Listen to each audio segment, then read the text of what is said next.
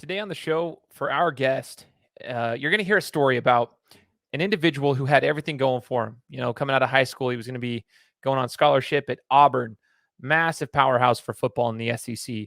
But in 2016, he was diagnosed with cancer, and his world flipped upside down as now the battle on the gridiron turned into a battle for his life. You're going to hear a story of perseverance, a story of dedication, fighting, continuing to fight. And then you're going to hear how he's been able to overcome other obstacles, such as losing his son. And he continues to fight as he continues to play football for Auburn. This is going to be an amazing interview. You don't want to miss it. This is the Game Time Guru. So, what time is it? Game time!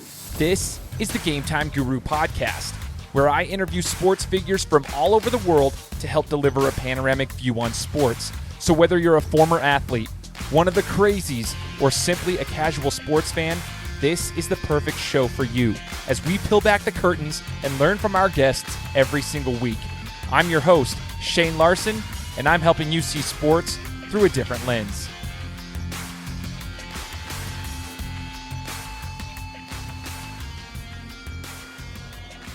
What's up, everyone? Welcome to another episode of the Game Time Guru podcast. I am your host, Shane Larson. Excited to be here.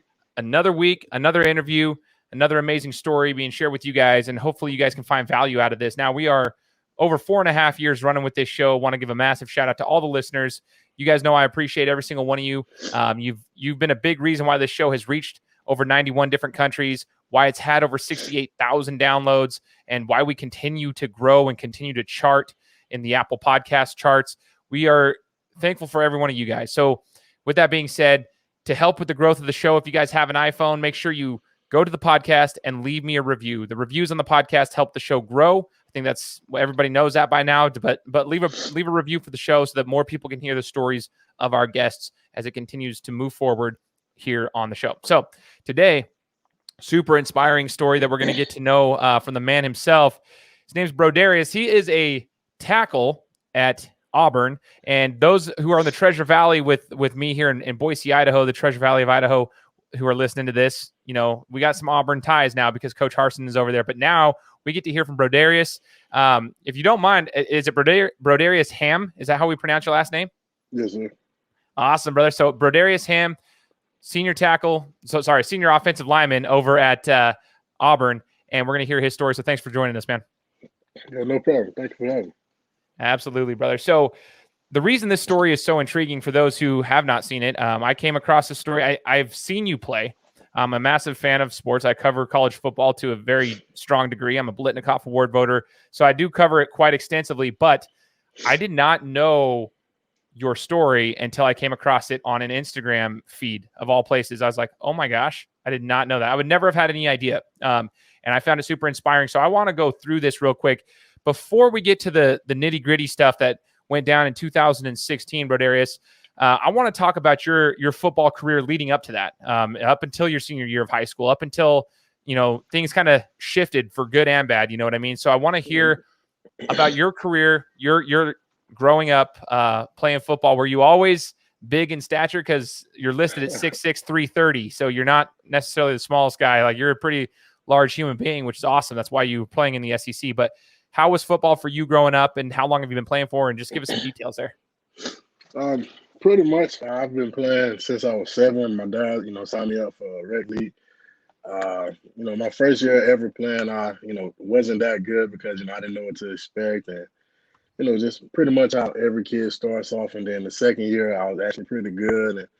And, just kept going from there. And leading up, I played like my whole life from like 7 to now. And like I said, I just, been pretty good at it, and, I always can get better or something. And I just, like I said, I love the game of football, and going through middle school and high school, I was pretty good, staying out on my team. And in high school, I'm from Griffin, Georgia, so I played at Spalding High School. Like my first year, we weren't that good. My second year, we weren't that good. And then my third year, we kind of got better. We went like 6-4. And then my senior year, we went 10-2. We lost in the second round of the playoffs. But Yeah, that's pretty much just how my football career went. I got recruited. I started getting recruited my ninth grade year. Like I didn't pretty much didn't know what an offer was. Georgia came in and they offered me, and like I said, I was in PE class with some of my other teammates, and I went back out to PE, to play basketball. And I told him, I said, Georgia just offered me, and he was like, you know what that mean? I didn't know what it meant. I was like, no. I said, offer me what? And he said a scholarship, and then I was like, oh, that's what they meant. And then from that day forward, just offers just start rolling in, and I haven't even played a game yet. Like it's just, like I said, I'm just a kid in PE class playing with my teammates and just playing a little basketball, and that's pretty much how my career took off. Man, that's crazy. Ninth grade, hadn't really been playing. I mean, that's crazy. So I would like to ask for any of the younger athletes that might be out there that potentially could be in a similar situation. Maybe they're not getting offers in ninth grade, but maybe they're getting offers as sophomores, juniors, and so forth. They start getting the offers coming in. I'm sure once you figured it out, did that put an additional pressure on your shoulders? And if so, like, how did you overcome that? Like, I mean, I'm just wondering, did it put additional pressure knowing that schools were looking at you at such a young age? Honestly, it did put a pressure on me just because, like I said, I love the game of football, and just growing up in Georgia, every kid wants to play for Georgia, but just I just pretty much embraced it and just went out there and had fun with my teammates. And when the offer came, I really didn't pay them too much attention. I was focused on winning, and that's just how it was. I dig it. Okay, that's cool. That's cool. And obviously, you're a high-profile athlete. You're getting recruited by big time schools. Big time schools are looking at you. Obviously, you're at Auburn right now, but you mentioned Georgia. Everybody who understands football knows the SEC. They're the big dogs. That's what it is. And I mean, I'm a Buckeyes fan. You can see my stuff behind here. They call me the Boise Buckeye, but I still have a massive respect for everybody over in the SEC. Like, of course, like I understand what it's like to compete at the high level, and I have a massive respect for those like yourself who can. You're going through high school, Brodarious. You're competing at a high level. Come senior year, you're about to commit over to go into your college realm, and you got some news from the story. It shows, you had received some news, and I would like to kind of hear your story there. Like, how did you see this news coming?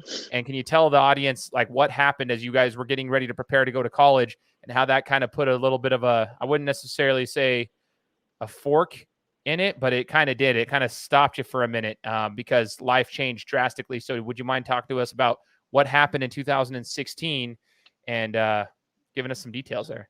Yeah, sure, for sure. Pretty much, I signed, my letter of intent to come to Auburn University, and I'm sorry, my dog's in the way, but I signed my letter. I actually, signed my papers to come to Auburn, and then 2 weeks later, I was diagnosed with cancer.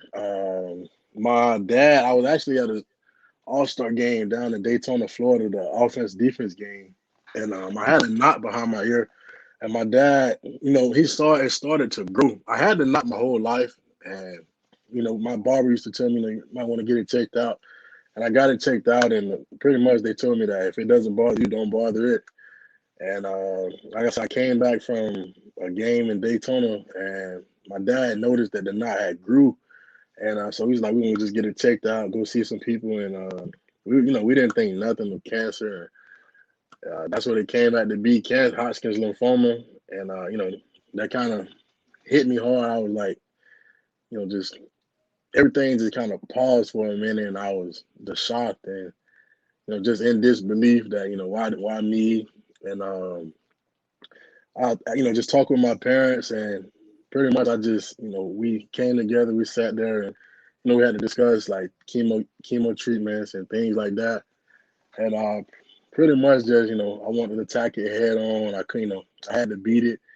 I had a lot of people depending on me, and that's just how I view my everyday life.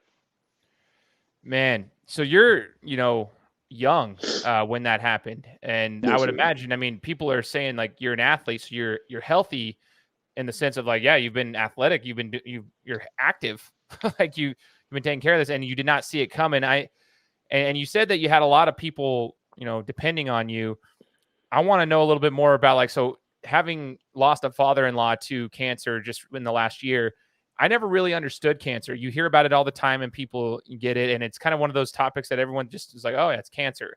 But until it actually hits you personally in some form or fashion, then you really see the effect that it can have on someone. Like I watched how difficult it was for my father-in-law, for example, to go through chemo treatments and what that did to his body. I didn't realize how hard that is on someone's body. So I want to know, from you being an active, bigger athletic guy, now all of a sudden your focus isn't on the football field. Your focus is for your life.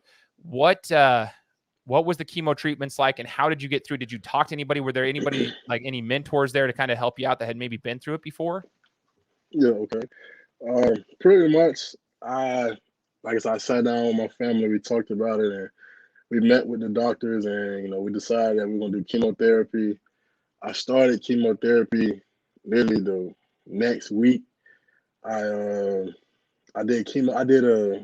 I did chemotherapy for a total of 9 months, but the way it was set up, I did it every other week for basically, I did a certain amount of rounds, and then I had to get checked, to see where the progression was. And after my first round of chemo, my cancer actually started to become immune to the medicines. So like it went from a 10 to a 5. And like I said, we kind of got stuck because, like I said, it became immune to the treatments, and so that kind of set me back a little more than I wanted it to. And like I said, I saw the progression from 10 to 5, and then like I said, we came to that that break in the road, and just we had got back with the doctors, and we came up with another version of the treatment. I started another round of chemo, and then in November, my doctors called me and said I was cancer free.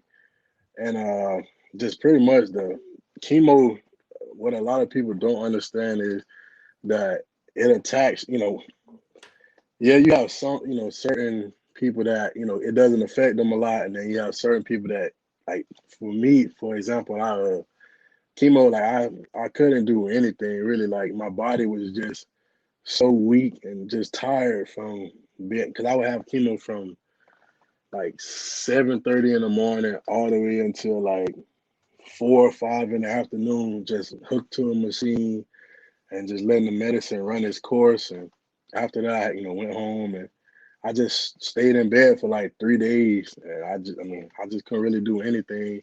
My family, they were there for me, helped me get through it. And like I said, it's really hard, man. Just, I'm glad I had a strong corner and people behind me to help me get through it. And like I said, I just appreciate them. After I, was cancer free in November, I actually had to continue doing treatments, just to make sure it was gone.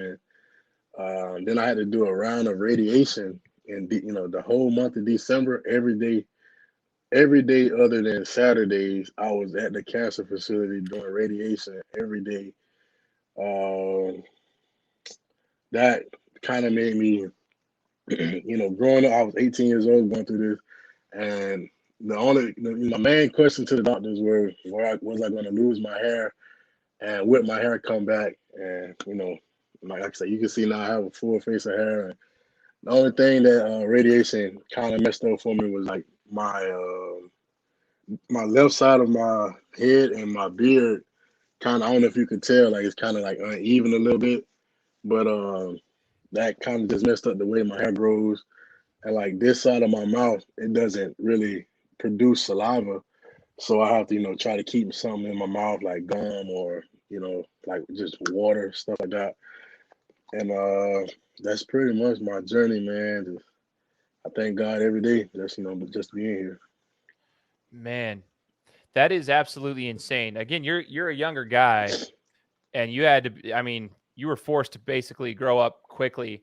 And what this kind of reminds me of, everyone's situation is completely different and unique when it comes to going through treatments. From my understanding now, Pittsburgh Steelers running back James Conner had a book called "Fear is a Choice." I read that book, and he was talking about when you were discussing, like, I mean, you're an active guy, you're young and strong, athletic, but then he said something similar to the situation of like when he was doing his chemo treatments, it worked him because they're literally pumping poison into your body for an extended period of time, and so like he couldn't, like, I mean, he was out too, and he was a running back at the highest level. So Mm. hearing you talk about that too, it kind of reminds me of that. Like, I want people to realize, like, there is a battle that you have to go through. And I'm sure it's just not just a physical battle, but an emotional and a mental battle for you. Was there ever times, Brodarious, where you were sitting there saying, "Hey, I'm never going to play football again"? And how did you get through the mental blocks?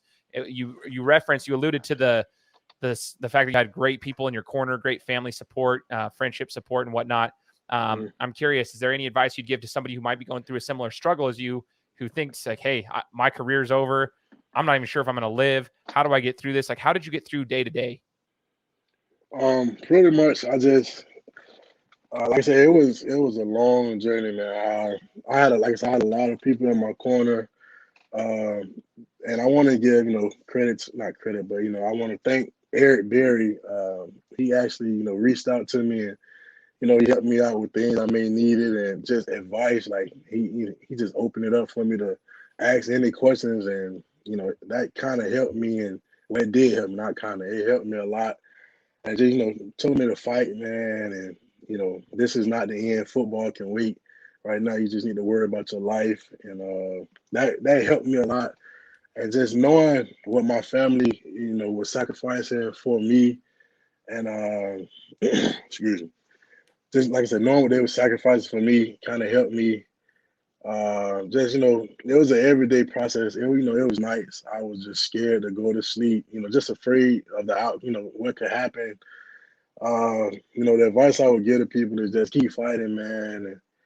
And God had a plan for everyone, and He helped me get through mine. And like I said, I thank God every day, and just keep fighting. And the battle. I know it's not easy, but just keep battling, man. And eventually, football. Because like I said, football can wait. It's just a game. Take care of what you need to take care of. When you say that's interesting, it truly is just a game. It gives you a different perspective on it. I'm sure, like having like your perspective on football prior to the cancer diagnosis and then after, I'm sure is a little bit different. I bet your perspective on it's just a tad different. Now you're blessed to be playing a game that, at a high level, that for that matter, that for a period of time you weren't sure you were ever going to play again. But I want to know, after you were cleared, and you started getting back at it, how long before you felt strong enough and confident enough to go out there, suit up, and get back to the field? And how did that transition work to getting back to the college game and being back playing the game that you love? That was, I'm not gonna lie, that was normally, when you have cancer, a lot of people say you lose weight, but actually in my case, I gained weight. I Oh, put on wow. like maybe 30 to 40 pounds. So when I showed up to Auburn, I was like 358, almost basically 360. And so it took a while for me to, drop weight. Well, I won't say it took a while, but I dropped to 330 quick, just getting back active because I took a whole year off, so I didn't do anything. And then when I got here, just getting back active, I dropped to 330 quick, and I just kind of got stuck at 330 for a while. And just the coaches and everything just believing in me and helping me out. And I dropped to like probably like 315. I was 312, but I think 315 was like my actual weight. And I know the transition is definitely not easy. It's a day-to-day process. You just got to believe and what the coaches are telling you, and just be willing to do a little extra on your own. And yeah. So when you got out there, it's actually really cool, by the way, just like hearing how, you got to go out there, you got to get back to being active. And especially after cancer diagnosis, not only were you not active, but you went through a pretty extensive year of treatment. So your body has gone through a lot. You got to get back into shape. Also very interesting that you gained weight. Like that's super intriguing how that worked, but you ultimately did it. You got to the point where you could play. And you've gone through some life experiences that a lot of people at your age probably haven't gone through, and they pray that they never have to. But you've gone through a lot of things that have, shaped you to who you are. First question I have before we get to the next piece is, when you finally were able to get on the field, what were the feelings there? Like, did you feel like, okay, like, did you get this? Was it a sense of, satisfaction of like, hey, we're here now? Or just tell me what it was like as you finally were able to get on the field and get some game reps, for that matter, a couple of years into your stint over here. Yes, sir. Like I said, it was a blessing, man, just to, be back on the field and be able to dress out with my teammates. And like I said, I just thank the Lord for that. And I was really grateful, just for the coaches believing in me and, still, like I said, coach, like when I did get diagnosed, they called me and told me, I didn't have to worry about my scholarship. I would still have it, just, get healthy. And that kind of helped me, that helped me throughout the process. But when I got my chance to just get on the field, man, I embraced it, and I didn't have the role that I wanted, coming in as a freshman.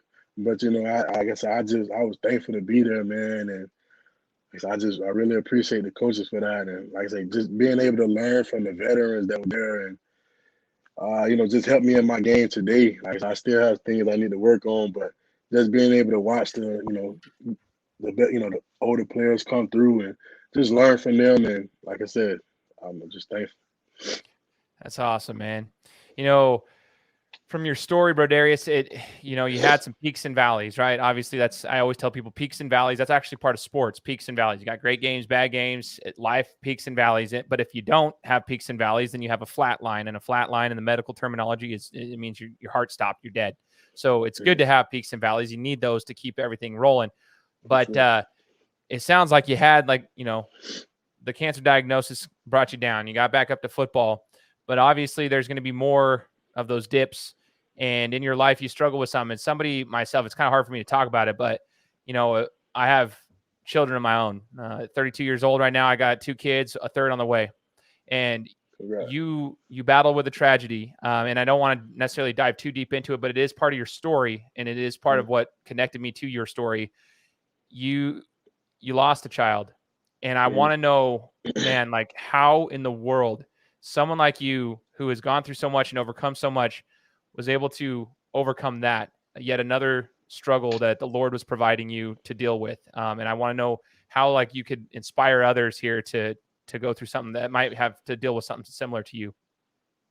Yes, like I said, I lost my son, Carter, in February. He was born in November. Like I say, that when that happened, I just kind of I had to sit to myself. For me and my wife, Kayla, we had to sit down, and I just asked God why, why are you putting me through, all these tough battles? I try to do everything right, and like I said, that's the only question I had. I was just like, why me?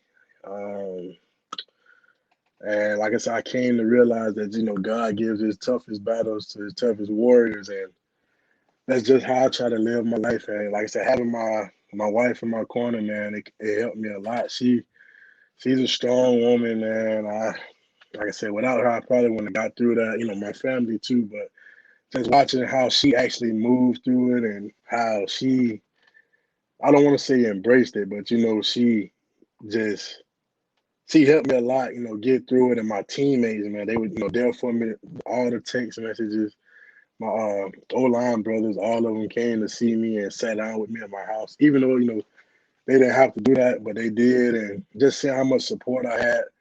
I think I stayed out for a week and a half, 2 weeks. And then I got back into it. I just kind of want to be there for them and, just show them that, I'm still here and I'm going through something, but, I want to be here for you guys. And that's just pretty much how it happened, man. I just had to get back on the field and, try to get back focused. And like I said, my wife, I want to give her credit, man. She helped me through it all.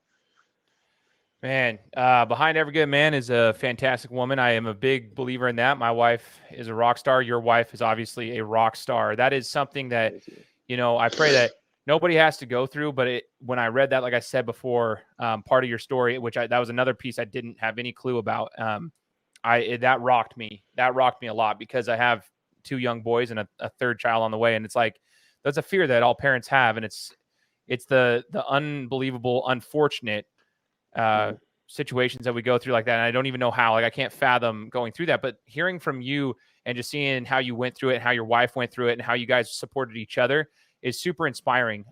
It's just unbelievable how much you've been able to overcome and the example that you are to other people, not just your teammates, but people out here. Like, you're inspiring me. I'm over here in Boise, Idaho, 32 years old. You've never met me before, but you've inspired me, which will then inspire a lot of people here on this podcast, listen to this show. It's incredible what, I always say the Lord's playing chess, not checkers. The God himself is playing a chess game. He's putting people in the right places at the right time, even though we might not fully understand why, but he's looking 3 steps ahead to call checkmate eventually. So I fully believe that. Listening to your story right here, I fully believe that. Now, there is a brotherhood aspect to sports, especially football. I'm sure, like you said, you experienced that. You got a lot of support from your teammates.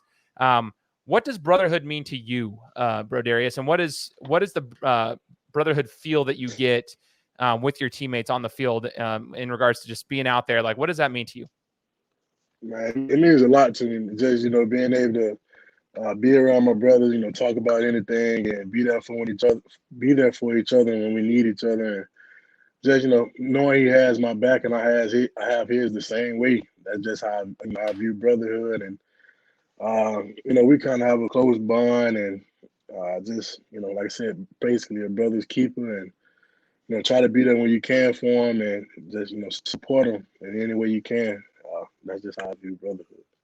Yeah, man. It's cool. It's cool. I don't think people fully realize if they haven't competed in sports before, but like those who do and who are listening to the show will understand, like, especially in football, when you're in the trenches all the time and people will be like, well, I got his back, he's got mine. And some people will be like, well, that's a little dramatic, don't you think? It's no, like when you go out there, it's a physical game. It's a very physical game. And you guys, what people don't see is what goes on behind the scenes. Y'all are in practices puking. Y'all are in practices running in the heat.